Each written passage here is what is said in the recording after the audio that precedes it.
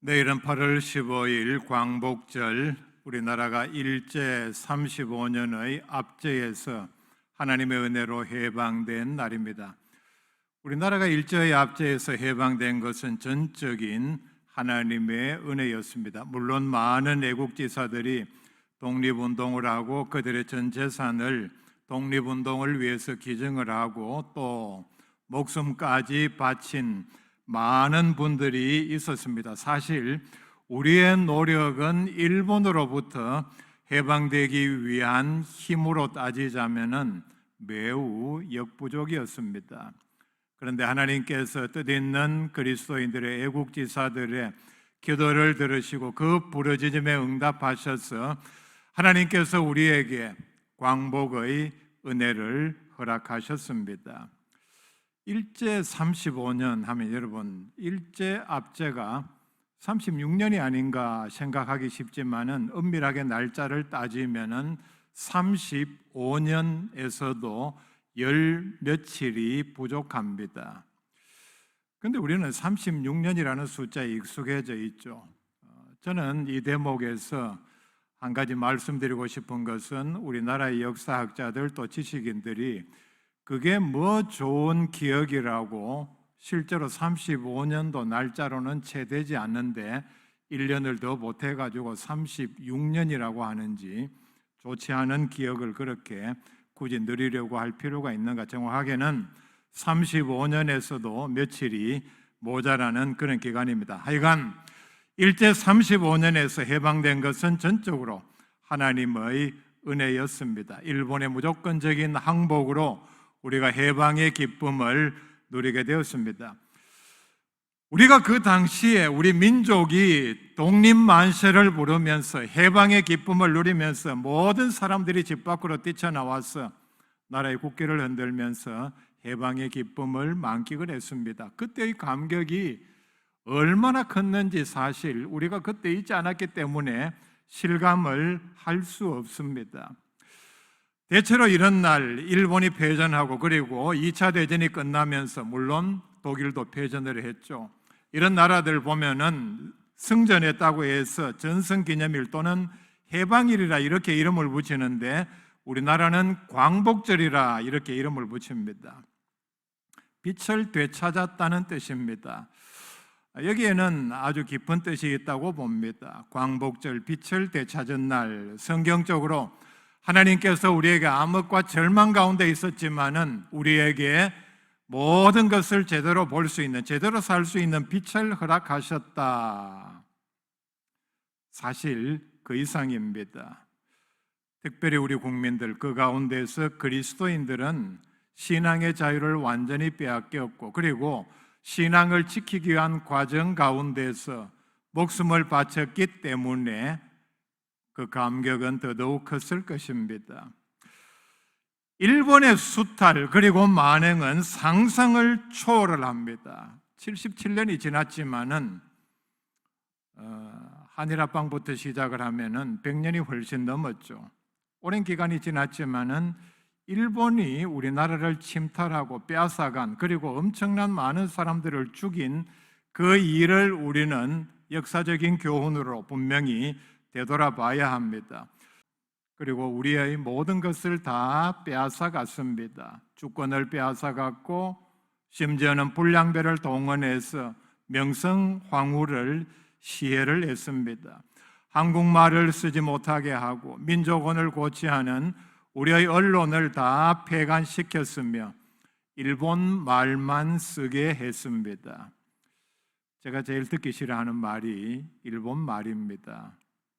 참 듣기 싫어요. 과거에 그런 기억이 있어서 그런지는 모르지만 그리고 우리나라 사람들로 하여금 조상 때부터 써오던 이름과 성씨를 다 버리고 일본 성, 일본 이름으로 개명을 하게 했습니다.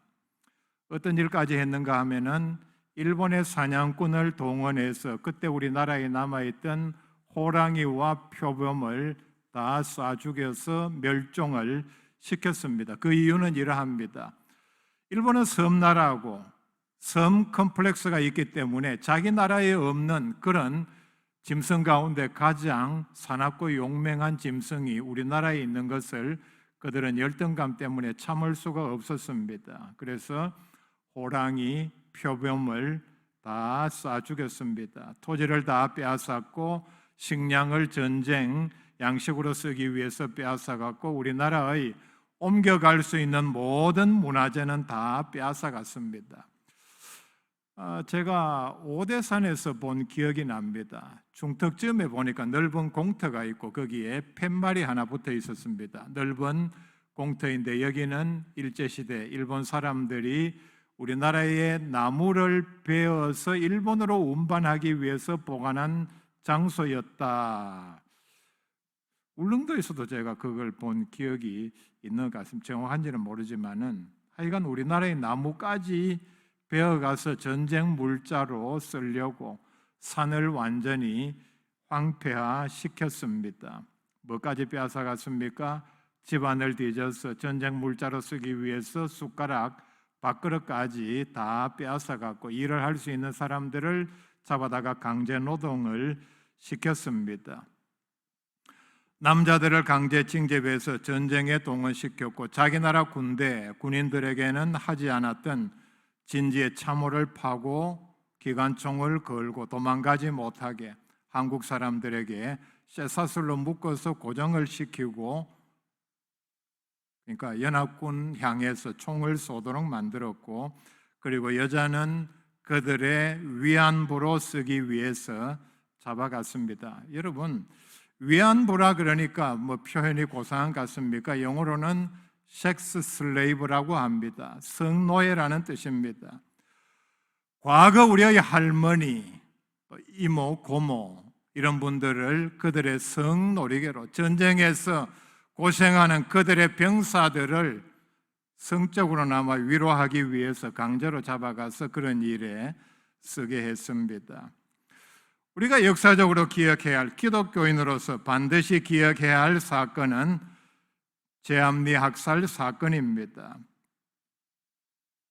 3.1절 독립운동 김이만세 사건 며칠 뒤에 경기도 화성에 있는 제암리에서 교회의 마을 주민을 모아놓고 문을 잠그고 교회 안에 불을 지르면서 교회 안에 갇힌 30명을 총으로 쏴 죽이고 불을 지른 사건입니다. 그 사건 가운데 어떤 일까지 있었는가 하면은 어린아이를 안고 있던 젊은 어머니가 아이만은 살려달라고 창문을 통해서 던졌는데 그 아이까지도 무참히 죽인 사건입니다. 그리고 그렇게 하고도 성이 차지 않았는지 마을을 돌아다니면서 39명의 마을 주민을 더 학살한 사건입니다. 기독교인들에게 도무지 받아들일 수 없는 신사를 참배하게 했습니다. 신사가 뭡니까? 일본의 귀신 우상을 섬기는 사당입니다. 우리나라에까지 대도시에 일본 신사를 짓고 교인들까지 강제로 동원해서 절을 하게 했습니다. 그리스도인들에게 하나님만 섬겨야 하는 그리스도인들에게 일본 귀신을 섬겨라, 일본을 향해서 충성을 맹세하라. 신사참배를 거부한 많은 그리스도인들이 순교를 했습니다. 일본의 만행은 우리나라에서뿐만 아닙니다. 동남아 태평양의 많은 나라들을 침략을 해서 가는 곳마다 엄청난 만행을 저지르고 그리고 만주에서는 생체 실험, 산 사람을 상대로 이런 균을 주입하면은 어떤 과정을 보이면서 며칠 만에 죽고 어떤 결과를 낳는가, 뭐 중증으로 가는 사람이 얼마, 죽는 사람이 얼마. 마루타라는 영화에 이런 대목이 나옵니다. 사람을 얼음물에 빠뜨려 놓으면은 어떤 변화를 보이는가, 얼마 만에 죽는가, 이런 모든 의학적인 실험을 산 사람을 잡아다가 했다는 사실입니다. 유명한 그 중국의 난징 대학살, 난징에서 엄청난 많은 무관 민간인들을 죽인 사건들입니다. 해마다 이때가 되면 일본의 도쿄에 있는 야스쿠니 신사에서 일어나는 일들이 우리 뉴스에 나오죠. 현 총리는 야스쿠니 신사를 참배하지 않은 걸로 알고 있습니다. 제가 모르게 했는지 뉴스에 나온지는 모르겠지만은 얼마 전에 죽은 아베는 몇 번 야스쿠니 신사를 참배를 했습니다.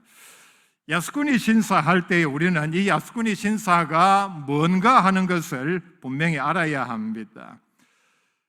일본 사람들 가운데서 죽어서 귀신이 된 사람들을 숭배하는 사당입니다.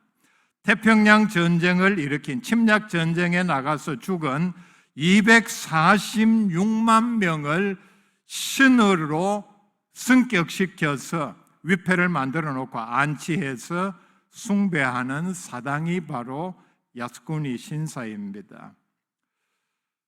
야스쿠니 신사에는 참 가보면은 우리 그리스도인들로서 보기에 도무지 이해할 수 없는, 기도 차지 않는 그런 일들이 거기서 벌어지고 있습니다. 한자로는 저렇게 씁니다. 정국신사, 저 정자가 나라 다스릴 정자입니다. 또는 나라를 평안하게 하는 신사다. 무슨 얘기냐?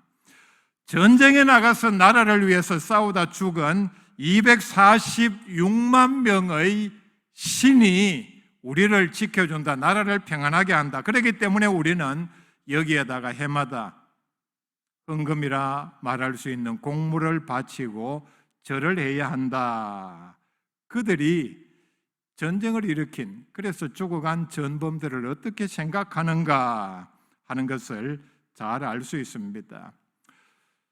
신사 본관 뒤쪽에 가면은 동상이 3개 서 있습니다. 그 동상은 바로 이겁니다. 제일 왼쪽에 있는 게 말이죠. 전몰군마 위령비입니다. 중간에는 개입니다. 전몰군견 위령비입니다. 제일 오른쪽에 거는 비둘기입니다. 소식을 전하기 위해서 동원했던 비둘기들을 죽은 비둘기의 영혼을 위로하는 기념비라는 뜻입니다. 참 어처구니 없는 짓이죠. 그들이 전쟁에 나가서 전쟁에 동원돼서 이렇게 죽은 말들을 위로하는 비까지 세워놓고 이렇게 위로를 하고 보라고 이렇게 전시를 해놨습니다.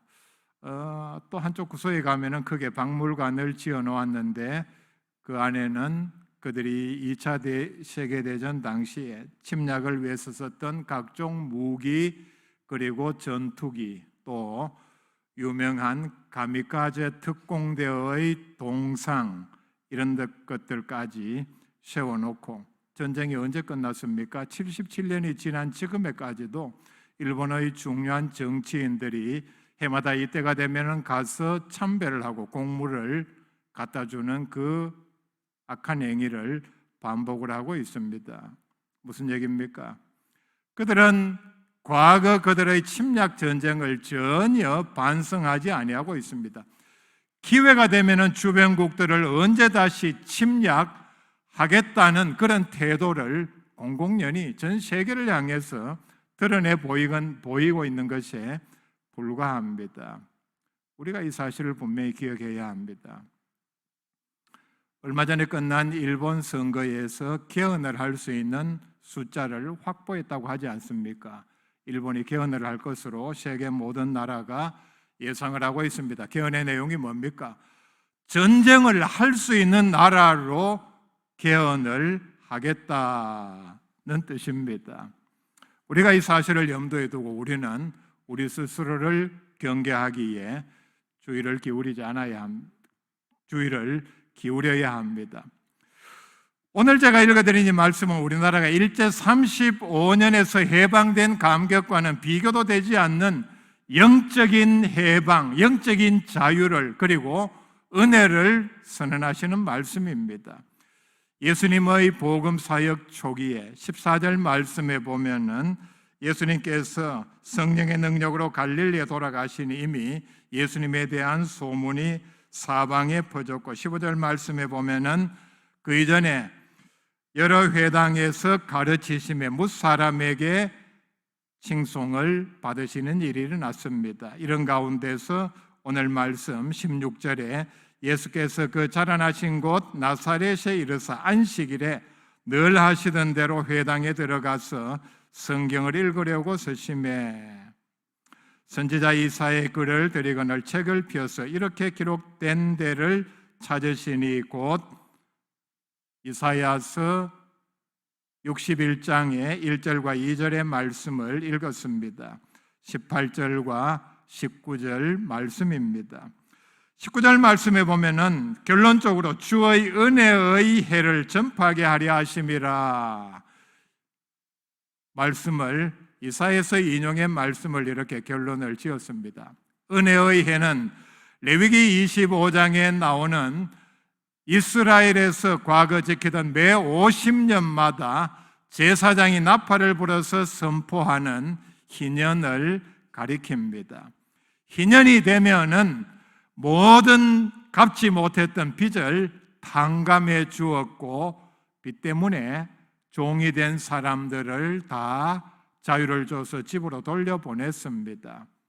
생활이 어려워서 팔았던 모든 땅을 아무런 대가 없이 다른 돈을 받지 아니하고 원래의 땅 주인에게 돌려주었습니다. 예수님께서 공생의 사역을 본격적으로 시작하시기 전에 이 말씀을 읽은 것은 예수 그리스도를 통한 대속 사역으로 사람들이 이제 죄와 형벌에서 해방될 것을 상징한다. 즉 이사야 선지자가 예언한 대로 이제 나를 믿는 믿음으로 영원한 해방을 맞는 영원한 희년을 맞는 시대가 되었다는 선언입니다. 21절 말씀 뒷부분 볼 수 있기를 바랍니다. 이 글이 오늘 너희 귀에 응하였느니라 하시니 이제 내가 본격적으로 하나님의 말씀을 선포하면서 이사야가 예언한 예언이 너희들에게 이루어졌다 선언을 하셨습니다. 그렇다면 예수님께서 구체적으로 어떻게 하심으로 주의 은혜의 해를 전파하셨습니까? 우리에게 그대로 이루어졌습니까? 18절 말씀입니다. 세 가지를 말씀을 합니다. 첫째, 포로된 자에게 자유를 주신다 선포입니다. 예수 믿기 전에 우리 모두는 죄와 사망의 포로였습니다.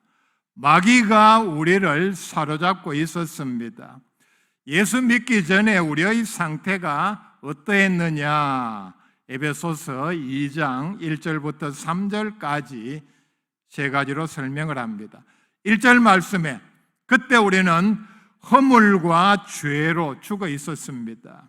2절 말씀에 공중의 권세 잡은 자, 즉 사탄을 따랐습니다.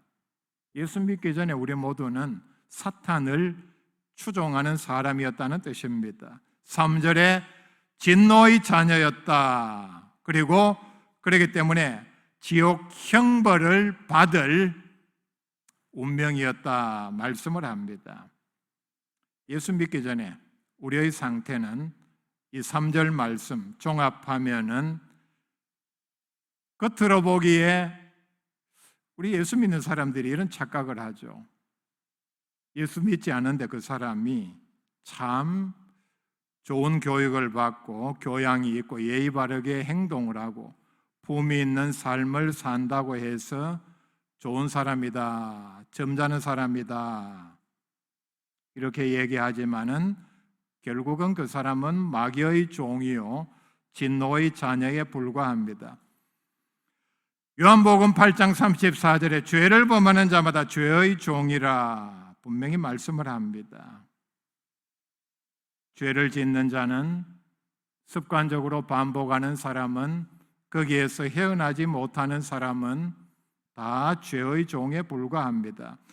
요한일서 3장 8절에 죄를 짓는 자는 마귀에게 속하나니 마귀의 종, 죄의 종은 같은 말입니다. 죄의 종이니까 마귀의 종이고 마귀의 종이니까 죄를 지을 수밖에 없고 그러니까 죄의 종이라는 얘기입니다. 로마서 6장 16절에 죄의 종은 사망에 이르고 분명히 말씀을 하죠. 죄는, 마귀는 결국은 우리를 결박해서, 예수 믿지 않는 사람은 마귀와 죄의 결박을 당한 상태입니다. 결국은 마귀는 우리를 어디로 끌고 가겠습니까? 여러분, 마귀가 우리를 죄를 지으라고 유혹할 때는 예수님에게 그렇게 한 것처럼, 아담과 하와에게 그렇게 한 것처럼 온갖 감언 이설로 온갖 친절을 베풀면서 마치 따라가면은 팔자를 고치게 할 것처럼 유혹을 하지만은 결국은 그렇게 유혹을 해서 미끼를 물게 만들고 우리를 영원한 지옥 형벌로 끌고 가고 맙니다. 죄의 종, 마귀의 종이 되었다는 것이 이렇게 결과가 비참하게 되어 있습니다. 포로된 자에게 자유를, 포로라고 했습니다. 죄수라는 뜻도 가지고 있습니다. 영어 성경에는 prisoner라고 되어 있습니다. 죄수라는 뜻입니다. 속박을 당했다는 뜻이죠. 죄수가 되었기 때문에, 포로가 되었기 때문에 벌을 받습니다. 이 당시의 포로는 전쟁에서 지면은 끌려가서 제일 쓸만한 사람은 군인으로 썼습니다. 그래서 자국 병사들이 들어가면은 굉장히 위험한 곳에 엄청난 상을 내걸고 여기서 승리하면은 자유를 주겠다. 살아나오면은, 아니면은 이런 거 몇 번만 하면은 자유를 주겠다. 꼬드겨서 사지로 몰아넣습니다. 살아나오기 매우 힘들죠. 그리고 그 다음 쓸만한 사람은 노예로 팔았습니다. 노동력으로 썼습니다. 사고팔고 할 수 있었고 주인 마음에 들지 않으면 마음대로 죽여도 무방한 때가 바로 이때였습니다. 건강하게 일을 잘한다 해도 자손 대대로 노예 생활을 해야만 했습니다. 결혼해서 자녀를 낳아도 주인의 소유였습니다. 여러분, 죄수 보셨습니까? 최근에 제가 본 죄수는 경대병원에였습니다. 참 그걸 보고 참 시대가 많이 좋아졌다, 그걸 느꼈는데요. 어떤 죄를 지었는지는 모르지만은 수갑을 차고 앞뒤로 포승줄로 묶고 교도관이 이렇게 잡고 끌고 가면서 아마 치료를 받기 위해서 교도소에서 나와서 병원에까지 온 모습을 제가 봤습니다.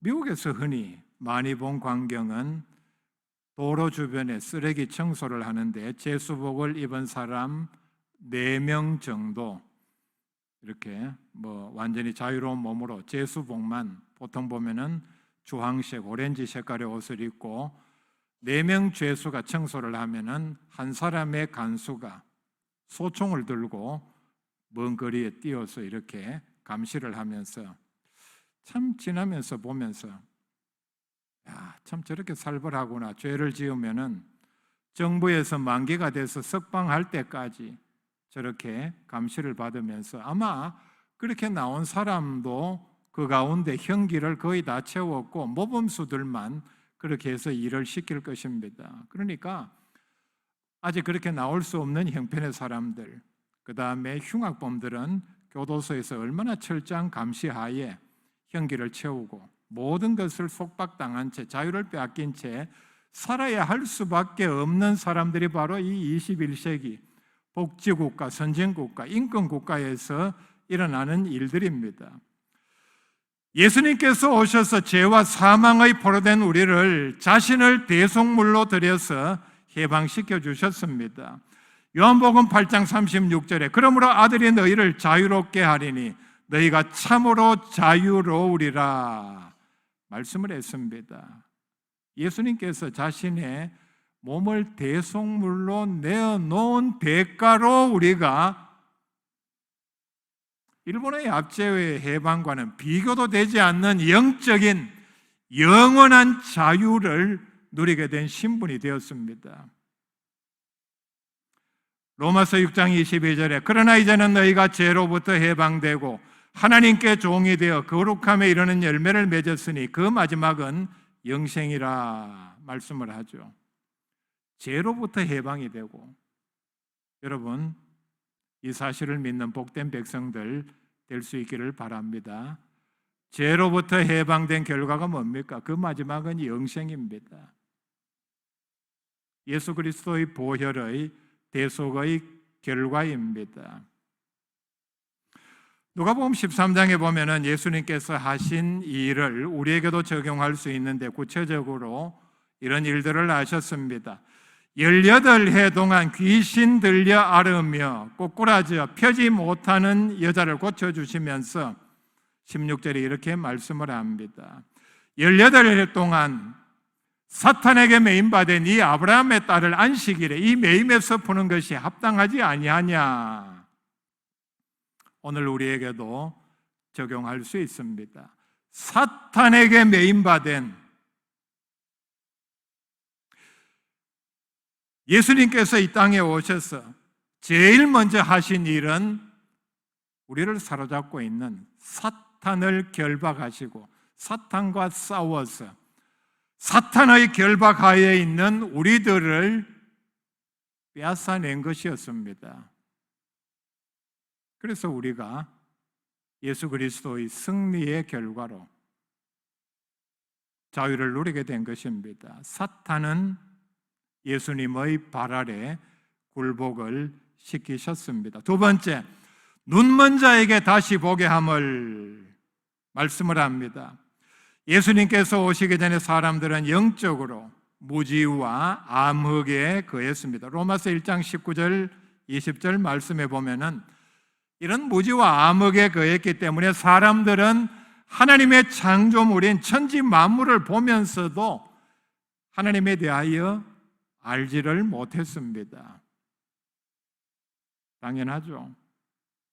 그 이유가 누가복음 1장 79절에 근본적으로 사람들은 어둠과 죽음의 그늘에 앉아 있었기 때문입니다. 사방이 다 깜깜한데 주위에 있는 것을 어떻게 보고 알 수가 있습니까? 그리고 또 하나, 본다고 다 압니까, 여러분? 참 좋지 않은 표현이지만 까막눈이라는 말이 그런 뜻입니다. 어려운 문장, 어려운 글자, 어려운 기호, 여러분 앞에 써놓으면은 인쇄된 것이 있으면은 다 보죠. 그게 무슨 뜻인지 압니까? 외국어, 물리학 공식, 보고도 알지 못한다는 뜻입니다. 하나님을 알 수 있게 천지 만물을 통해 보여줘도, 계절의 변화, 시대의 징조를 보여줘도 어둠과 죽음의 그늘에 앉아있기 때문에 하나님에 대해서 알 수 없습니다. 이런 가운데 있던 우리에게 예수님께서는 우리에게 빛으로 오셨습니다. 요한복음 8장 12절에 나는 세상의 빛이니 나를 따르는 자는 어둠에 다니지 아니하고 생명의 빛을 얻으리라 말씀을 합니다. 예수님은 우리에게 빛으로 오셨습니다. 무슨 뜻입니까? 예수님이 계신 곳에 예수님을 영접한 사람들은 어둠에 있지 아니하고 마치 태양이 비치는 것처럼 모든 사물을 밝게 보고 깨달을 수 있는 영적인 안목을 가지게 되었다는 뜻입니다.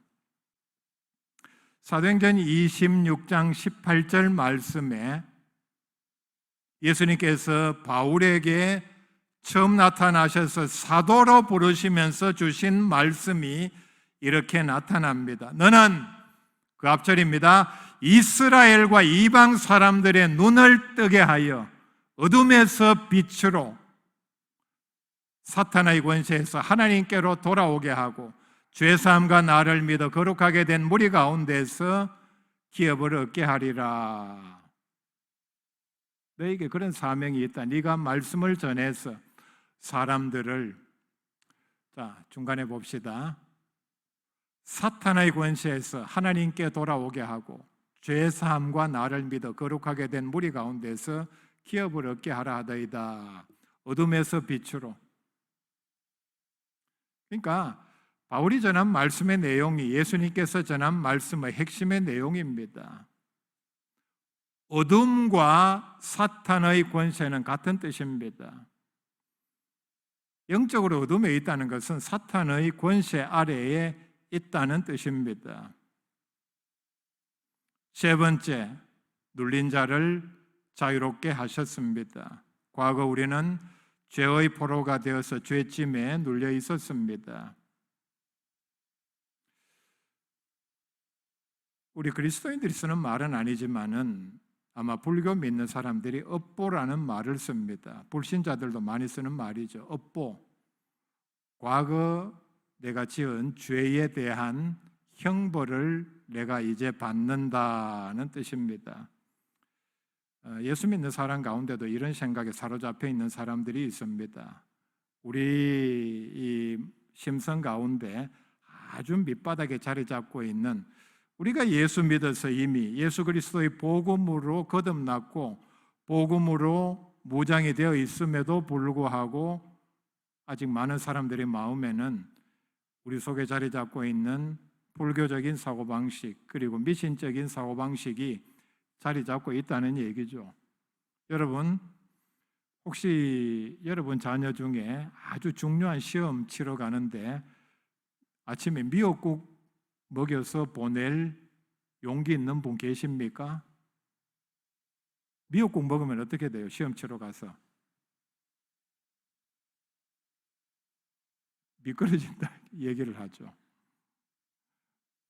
아마 이렇게 그 기억을 하고 있는 걸 보니까 아직도 시험 치러 갈 때는 미역국 먹어 보내면 안 되지.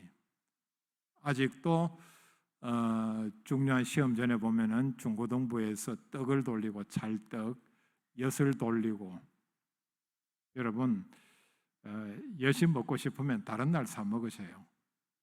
왜 그 미신적인 행위를 합니까? 팥죽이 참 좋은 음식입니다. 왜 하필이면 동짓날 그걸 먹습니까? 붉은 것이 귀신을 쫓는다고 알려져 있죠. 미신적인 사고방식이 얼마나 우리 가운데, 그러니까 이게 죄짐에 눌려 있으니까. 업보라는 표현, 그리고 세상 근심, 걱정에 눌린 채 우리가 살아가고 있습니다. 스트레스라는 말을 많이 쓰죠. 모든 병에, 사람이 걸리는 모든 병의 70%가 스트레스 때문이라고 하지 않습니까? 스트레스라는 말은 짐이라는 뜻입니다. 사람은 누구나 예외 없이 다 죄짐에, 여러 많은 짐에 이렇게 짓눌려 살아가고 있습니다. 예수님은 죄의 포로가 되어서 세상 근심, 염려에 얽매여서 고통받는 사람들에게 영혼의 평안과 자유를 약속을 하셨습니다. 마태복음 11장 28절에 수고하고 무거운 짐진 자들아 다 내게로 오라, 내가 너희를 쉬게 하리라 말씀을 합니다. 뒤에 보면은 나는 마음이 온유하고 겸손하니 나의 멍에를 메고 내게 배우라, 그리하면 너희 마음이 쉼을 얻으리니. 아직도 소위 말하는 업보에, 미신적 사고방식에, 염려 근심에, 스트레스에 눌려 있는 분들 계십니까? 예수님에게 배울 수 있기를 바랍니다. 사도행전 10장 38절에 하나님이 나사렛 예수에게 성령과 능력을 기름 붓듯 하셨으며 그가 두루 다니시며 선한 일을 행하시고 마귀에게 눌린 모든 사람을 고치셨으니 이는 하나님이 함께 하셨음이라. 오늘 우리에게도 똑같이 적용되는 말씀입니다. 예수님을 통해서 믿음의 눈을 뜨면은 우리를 누르는 모든 우상 숭배, 미신에서 자유롭게 됩니다. 여러분, 미신에, 우상 숭배에 눌린 사람들 보세요. 제사 지내지 않으면은 큰일 나는 줄로 알고 있습니다. 여러분, 이런 생각에 사로잡힌 사람, 현세에서는 도저히 약이 없습니다. 어떤 방법으로도 설득하고 제사를 버리게 만들 수 없다는 얘기입니다. 묘 하나 이장하는 것도, 벌초할 때도 음식을 차려놓고 제사를 해야만, 이사를 할 때도 어디 가서 물어보고 날짜를 받아야만 탈이 없는 것으로 생각을 합니다. 이 세 가지 복은 포로된 자에게 자유를, 그리고 눈먼 자에게 다시 보게 함을, 눌린 자를 자유롭게 하는 복은 우리가 예수를 믿음으로 얻는 복입니다. 이미 임하였다고 말씀을 했습니다. 예수님께서 선포하신 은혜의 해를 영원히 누리는 복된 그리스도인들 다 될 수 있기를 바랍니다.